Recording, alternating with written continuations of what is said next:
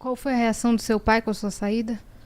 Ele ficou bastante triste, mas assim, é, era não tinha comparação, assim, a tristeza dele com a minha, sabe? O que eu sentia e o que ele sentia.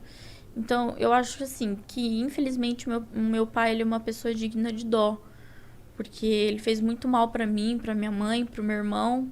Ele me batia muito, ele batia muito no meu irmão, ele tratava de forma agressiva minha mãe, né?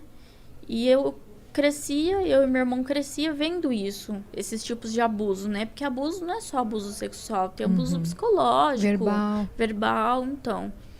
E a gente foi crescendo vendo isso, né? E o meu pai sempre humilhando minha mãe, humilhando a gente.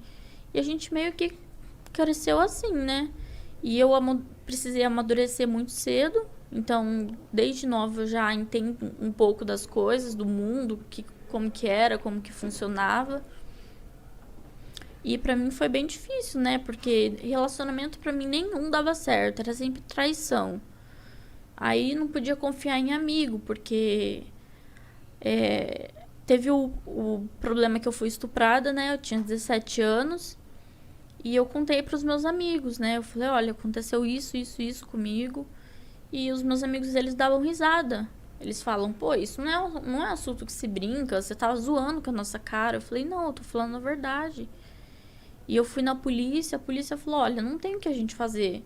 Aí, tipo, ninguém queria nada com nada, ninguém queria me ajudar, eu não tive apoio de amigo. Não deram importância, assim. Minha mãe só chorava, meu pai colocava a culpa na minha mãe, meu irmão falava que era mentira.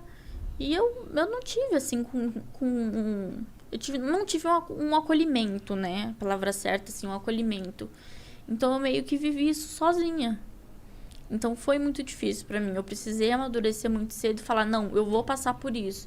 E eu não passei por psicólogo, não passei por psiquiatra, não passei por nada. Eu fui no médico, fiz os exames, tomei muito remédio. Assim, eu quase morri nessa época.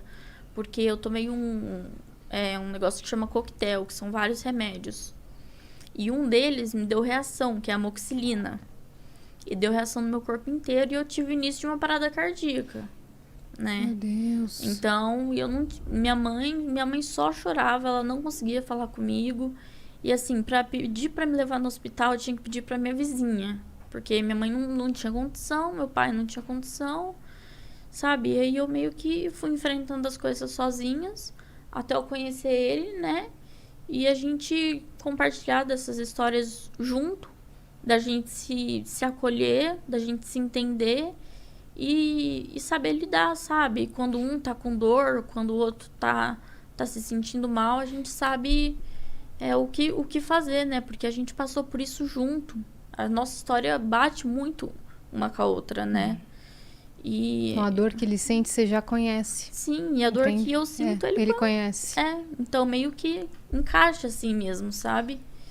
E assim, quando eu escolhi gostar dele, eu falei assim, olha, eu vou ficar com você. Quando ele comprou o anel, a gente não namorou, a gente noivou. A gente pulou a parte do namoro. Entendi. Então, vocês se conheceram, decidiram que vocês iam começar a ficar... E depois foi noivado, não porque foi namoro. Foi uma coisa muito intensa, foi uma coisa muito forte que a gente sentiu um pelo outro. E ele foi e comprou aliança de noivado. E ele falou assim, você quer ser minha noiva? Eu falei, quero.